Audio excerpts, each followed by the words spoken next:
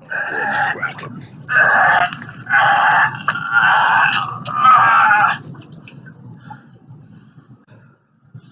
is your brain on johnboymccraken. Well, This is your here we brain are again. on johnboymccraken. Okay.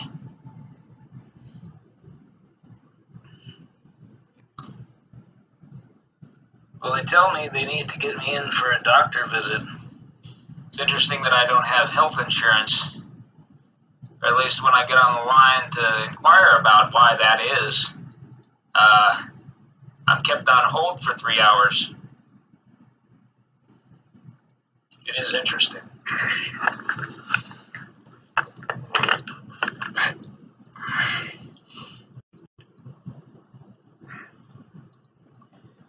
I saw a movie called Never Look Away. A German film I'd seen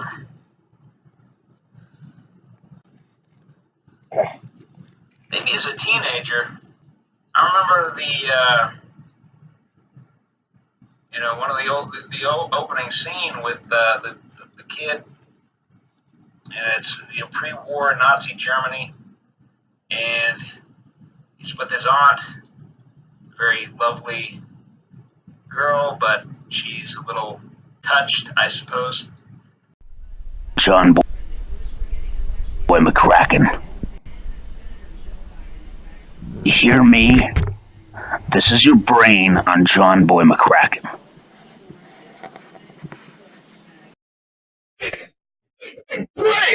Trump's gonna die tonight. We gon' get high tonight.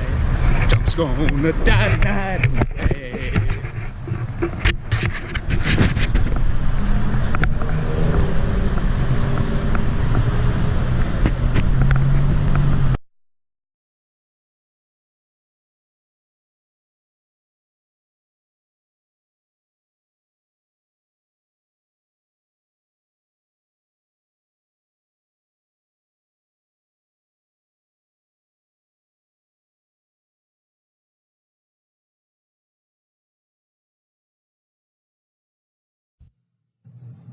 This is some kind of memory marker, a mnemonic conduit.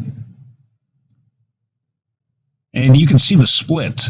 He wants now only to be. In California recently, and I can't get 19,000 out of my mind. It's wild. The first indications of human habitation in California were 19,000 years ago. And that's a long time for there to be no progress in the human condition. I mean, just look at how much things have changed just in the last 100 years, where we've gone from barely being able to fly. See how they do me, you got.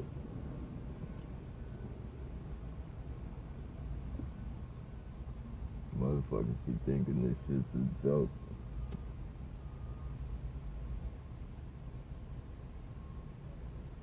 Motherfuckers literally be thinking this shit's a joke. Oh man, I can't get away from this shit. This shit's so crazy, man. Orchestrated terrorism, man. Motherfucking. I can't do it. And I'll never.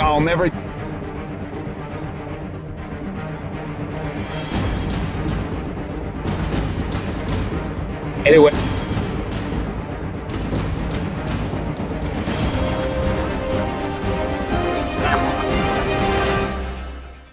Yep, that's it. I just want to tell you that I'm back, and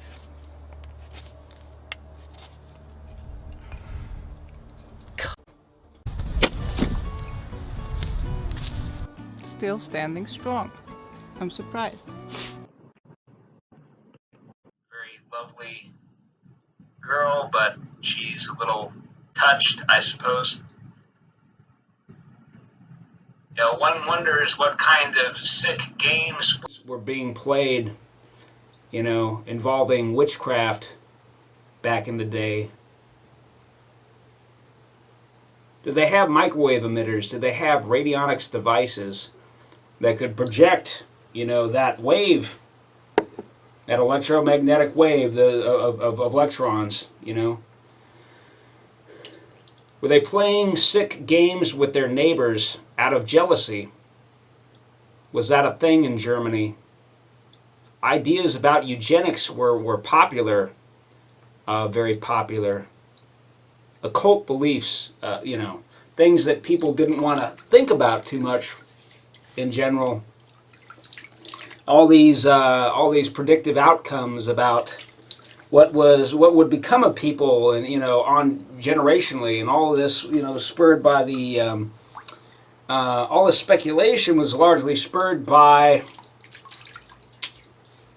a departure from the natural ways of living, you know, hard lives, you know, on the farm or the ranch, and you know, working hard peasant lives, and you know, the consumption of sugar, and then the industrialization and all the chemical waste products of that, and these new formulations, you know, for impairing development of a fetus, and all this kind of demonic garbage that I'm sure some people were into. One really wonders, you know, naturally, you know, maybe there's always been, you know, a spectrum of ability, and you know, some people are just not well understood. That was the case with me. I was too empathetic. You know, I could taste the food in other people's mouths, and I knew why they were eating that food, and I you know, I kind of took this little channel into them, this little pathway into them, and I knew all kinds of things. Now, I don't know if this was synthetic telepathy, that the the CIA were just simply playing games with me, you know, giving me their intelligence about those people. Maybe this was being done via a supercomputer even then, you know, back in the mid '80s, you know. So I don't know if I've just been a puppet of AI, you know, for the longest time, and AI is merely, you know, it's an extension of the demonic realm. You know, it's modeled after it. It's a machine demon, you know. So it's a magnification of the demonic realm. These people sold their souls for this kind of power, you know. Their collusion with demons, you know, gave them what they needed to know. Nature does with human genetics, and occasionally it will produce people of very low intelligence, and occasionally it will produce people of very high intelligence. Now, in a meritocracy, in a free market, the people with high intelligence create a lot of value, they produce a lot of wealth and convenience, and they pull everyone up by the productive magnificence of their creative genius. And it takes IQ, and it takes conscientiousness, and it takes hard work, and yes, it takes a certain amount of luck. But civilization, as we have it, is dependent upon the genius of a few thousand people. It's really all it comes down to as a whole. Now, the question is, what is society's relationship, what is the tribe's relationship to people of very high intelligence who emerge from time to time in their midst? In the West, I mean, we certainly have killed and terrorized and hunted people of very high intelligence, but a little bit less than other cultures.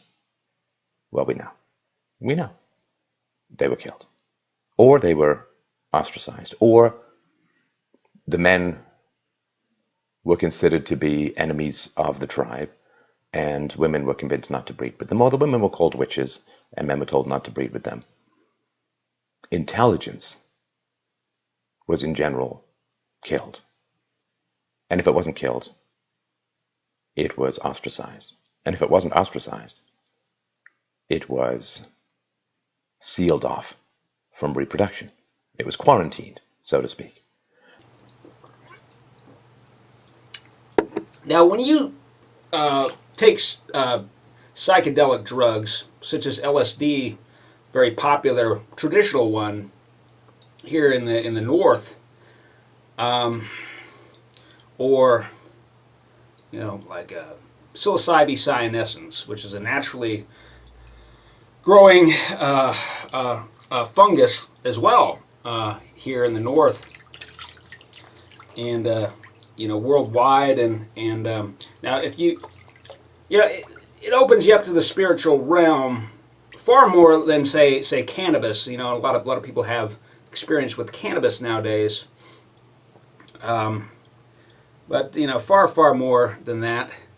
And you see how everything works and how it's all connected across time and space, and it can get awfully fatalistic, my friends. You're just working with the knowledge that you have. You're working with a set of experiences which confer a type of which is part of some kind of satanic deception. It's a psyop being run on you by the devil and all these other people and everybody else in the world. And I think this film, Never Look Away, really illustrates that. It illustrates the mass mind control of the social conscience and this this promoted stagnation. So you may learn a skill, in the service of some kind of idealized collective, which is what the protagonist does. He's doing these these social realism murals mainly. And they're very beautiful, and they're really saying something. They're really saying something. They're promoting something good, but limited, very limited. So we sacrifice so much for this social cohesion, and the reality is that progress cannot be stopped. There'll be new ways of doing things, better ways, We got to have the discipline and an expanding, consciousness that can realize and grasp, the potential of new technologies, This guy, he was trapped in a situation where he was trying to prop up people, scrubbing steps, people, spot welding in a highly repetitive manner, for 10, 12 hours straight, that kind of thing.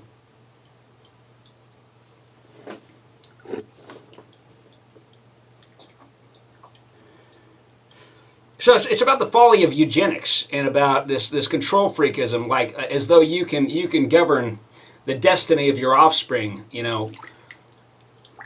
generations out. As though you can preserve this peasant strength, and resiliency, while leading this sort of refined upper crust life, This is a delusion that, we need to treat this whole place, this whole these goings on as a springboard, The greater, longer distance horizons, I've talked about the absolute fact of the Earth being planar, of it being this vast stretch with more real estate out there in every direction to the south. So you keep walking in one direction, you could cross the North Pole. You could see the North Star there, and all the rest of the stars spinning around it. And you walk for days in sunlight where the sun doesn't quite set. It goes down. It goes down near the horizon, near this false horizon, which is merely perceptual. And then it comes back up. And it goes down again. But if you keep going in one direction as per, on one specific degree on your compass just being pulled towards the north, you'll eventually get out beyond the known world or the officially recognized world. And you'll venture into territory that's already been developed, you know. And they have their own rules and their breakaway civilizations. And they have frightening codes of ethics. Things I won't talk about at this juncture. It's just too scary, you know. But, you know, I mean, these people are Gnostics. Gnosticism being spawned by psychedelic drugs. So all your ancestors used to take psychedelic drugs, and even animals do. Like a squirrel might munch on some psilocybe cyanescence when it comes up, when it fruits. You know. Yeah, I envisioned the situation where I had extincted that species because of all the terrible developments that my consciousness, merely my consciousness, wrought. You know, being connected up to this remote neural monitoring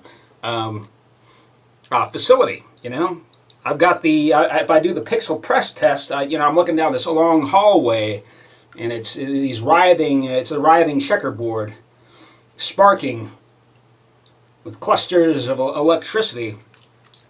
Now these things, these blue sparks, bright blue sparks, were thought to be fairies or conduits to other dimensions, and so they are. You know. And if you see one of these little blue orbs, that means a fairy is trying to communicate with you. Oh, and the fairies, you know, they communicate with fairies, meaning, right, meaning people at the, you know,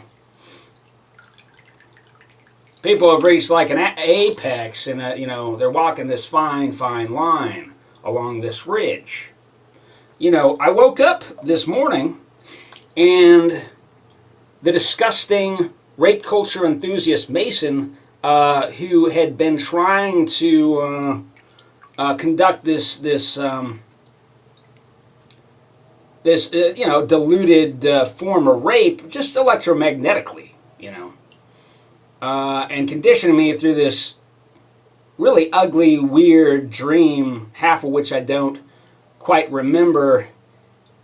It involved Vern Troyer, you know, a recently dead actor of the you know, the little variety, and he was pallid, you know, as a cadaver. And as he got closer, I could see that he had all these pustules, which I took to be cancerous. You know, he was saying something about, he sat down and he was saying something, you know, I always used to think. I said, yes, what did you used to think? Leaning in, you know, so I could hear him. Because he was in an introspective mood, you know, this spirit or this simulation of a character, of an archetype, you know. He said, I always used to pray that when I woke up I wouldn't be alone. And I shifted, blurred away from that. I didn't much like that topic of conversation. Wasn't too into that, you know. So they came at me from a different angle. You know, next thing I knew, I was in some kind of dispute with this bearded, pudgy Satanist. You know, he didn't put up much of a fight. You know, and I choked him with my shin, you know. I choked him with my shin, a weird technique. You just got to stay on top of him, you know, balance, you know. You know, it's like practicing, you know, with a bird in hand. You got a bird, if you know.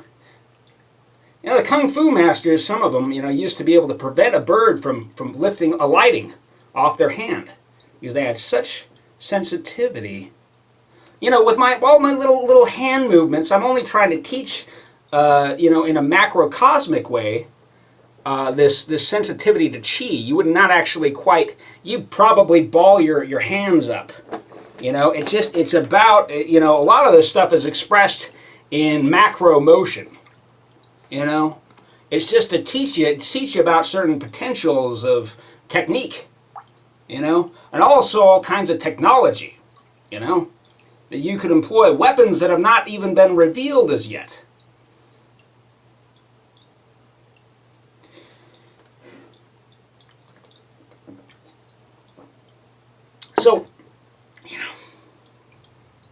So this film,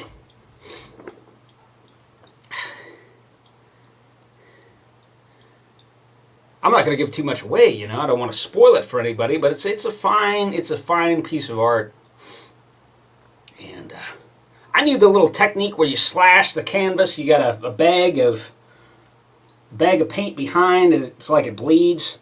I already knew that, you know. I knew all those techniques, you know, everything, because I'd seen it, you know, roughly 20, or I don't know, more than that, 15 years ago. So I remember, you know, how they were steering me, you know, all my perceptions about it, and the deep implications, like, well, you're going to be the victim of this, you know. Somebody said, you know, it would be better if you died in your mother's stomach. Yeah. That's how unfit he saw me. You know, you got people who whose answer is to bulk up and get a big frame, you know, even if most of it's fat. And they have so little dynamism, so little wiggle room, you know. They want to outlast people in some kind of siege situation. You know, that's how lifeboat situation crafted we are as a society. And all the threat of nuclear war, and now the more possibly probable threat of EMP, which will shortly be remedied within the next 2 years, according to the Trump administration, possibly using my a rendition of one of my inventions at the age of 7, you know. This thing I put together with the, you know, in Congress with these 2 engineers. It's their specialty. They just go around here and there, you know, wherever they're doing this. They talk to 7-year-olds, 6 and 7-year-olds, typically. Everybody's got a unique experience as well as a unique ancestry, you know. All the technologies of the past and all our ancestral memories, you know, there's a lot there to be data mined. A lot to be stripped and stolen. You know, I'd like to show you this little book, you know, this notebook, had all these patents in it, as well as all these poems that elucidated, you know, how the mechanisms worked. And a lot of them were done, they were scratched out to form the picture. You know, and all kinds of little styles, you know, they're emotionally affected. You know. And then I have this key, you know, I got this key code thing, which they took as well, and it helps interpret the, you know, what you're looking at, these art pieces that you're looking at, which could have great import. It's like I was, you know, I was putting together this, you know, like a Metal Gear document, you know, for how, you know, like how all the technologies associated with some devastating weapon. It's a devastating set of, you know, inventions, you know. Sure, a lot of them for clandestine warfare and mind control, and they were just running frequencies to program me to produce these things.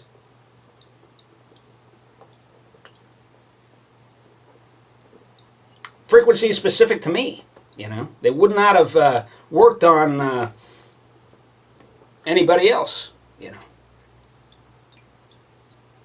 They tore it out. They wrote a poem. This flowy hand. It's quite efficient. It was a flowy hand, quite efficient. Some woman.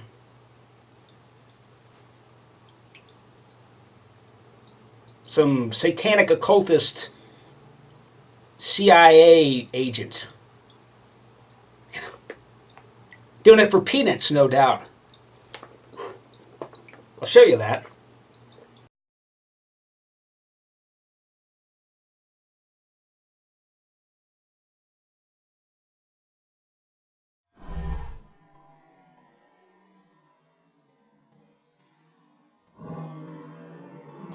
Oh, they took this photograph of me when I was 5 or 4 or 5. It's quite something. It's quite something. I was thinking about applying the same technique as depicted in the movie with that thing, but doing a fear face rendition. That would constitute the cover of the graphic novel, the first one, you know. And he's imagining like some copycat, you know, some rundown in the dark copycat, some 17-year-old that they mangled. Oh, but nevertheless, he came up with some things. He surely did come up with some things. And he's really just attacking some people in his apartment complex. Isn't that something, friends? What an Omega, man. How gruesome. And he's lying on the street corner. He's fear face. He's lying in the street. His blood draining into the gutter. And he's saying fear face. Fear face. And that's how it ends. That's how it ends. It's like the hero has misgivings about what he's doing. He says it's going to bring death to so many, you know. But he really just wants the salvation of the world, and this is what you secret society creeps, you know, are creating. You're creating, oh, get ready for it, I don't want to trigger anybody. You're creating, this is one thing they said, that this thing that I'll make, well, you know, it only really appeals to, I don't know, dykes and rust girls. Well, that's what you're creating. Yeah. I'm trying to elevate people, always to help people. I've not written people off. I don't want to kill everybody like all you creeps do and profit and profit and profit and drink their blood and crush their skulls and bring about lesions in between their hemispheres. This forgetting circuit is really something else, you know. Now it's timed with this snip, like a bolt cutter snipping a substantial wire. And then I forget what I was thinking about. Amazing. Oh, this has to be the rantings and ravings of a crazy man. Doesn't it, friends? Doesn't it? No.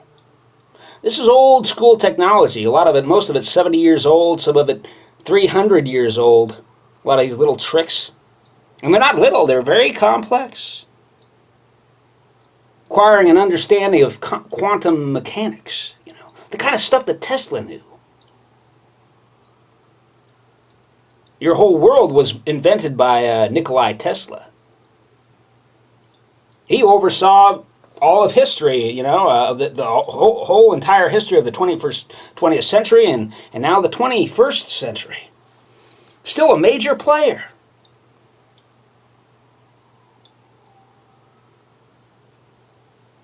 You wouldn't want anything to supplant his AC motor, would you? Like the infinity magnet motor? Yeah, I was looking up the gematria of it. One of them is when the time comes. I don't care that it gets bricked away, honestly. That's fine. But I ought to get paid for it, you know. And then I can develop, you know, just some highly occulted art, you know, stuff that's you brush off, just brush right off. Anybody can, and you can get back to pumping gasoline into your cannibal car.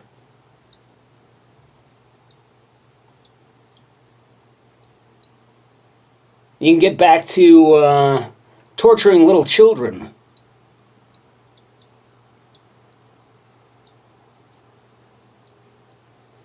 Well, friends, you know, I'm going to let you go for now. You know what they plan to do with that sheaf of pages? Yeah, they're going to just intersperse it, like a couple of frames, you know, in a mind control programming video. You know, amidst gnashing teeth, close-ups of gnashing teeth, and a view into a mostly dark pit.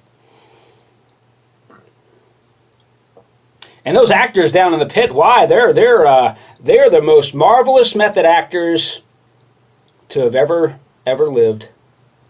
The camera gets thrown down, you know, in some object.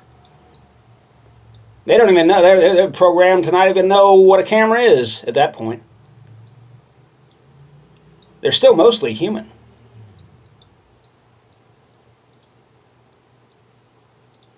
Oh, but then you see a hybrid, a chimera.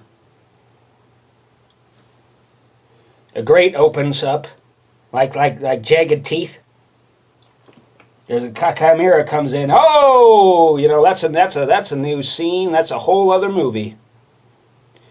Anyway, friends, just thought I'd share my thoughts with you. Well, this one's been brought to you by omission. It's just all nonsense, folks. I mean, this is what they do to you. This is what they do to you. You think I'm ever gonna be able to get? You think I'm ever gonna be able to? Just. I was watching the Truman Show. First time I'd seen it, you know. With these eyes anyway. So I'd seen it with this one. Very emotionally affecting. I feel like that's what I have. JohnBoyMccraken. Is that what you want, Charles? My rendition of it. Is that what you want, Charles? Involves, you want to be a heroin addict? Little cylinders of C2. You're not that tough, Charles. CO2. You ain't gonna make it, bud. You ain't gonna make it, little lad. That demon sword, infinity matrix, device. tie thing. That's not gonna take off, partner. Steel straws. We're not gonna have a row of shears like shark's teeth around on them streets, bud.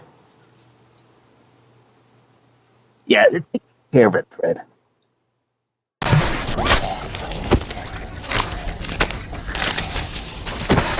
Hey, Frank! This fucking mansion neighborhood. Go take care of it, buddy. Ugh. Project 3 Alpha.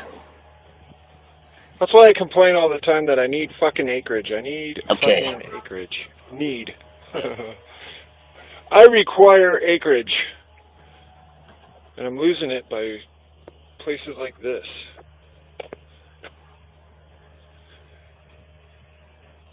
This world ain't big enough for all of us, especially with folks like myself around. I don't know if you could call it greedy or not, but I would like to have all of this to myself still.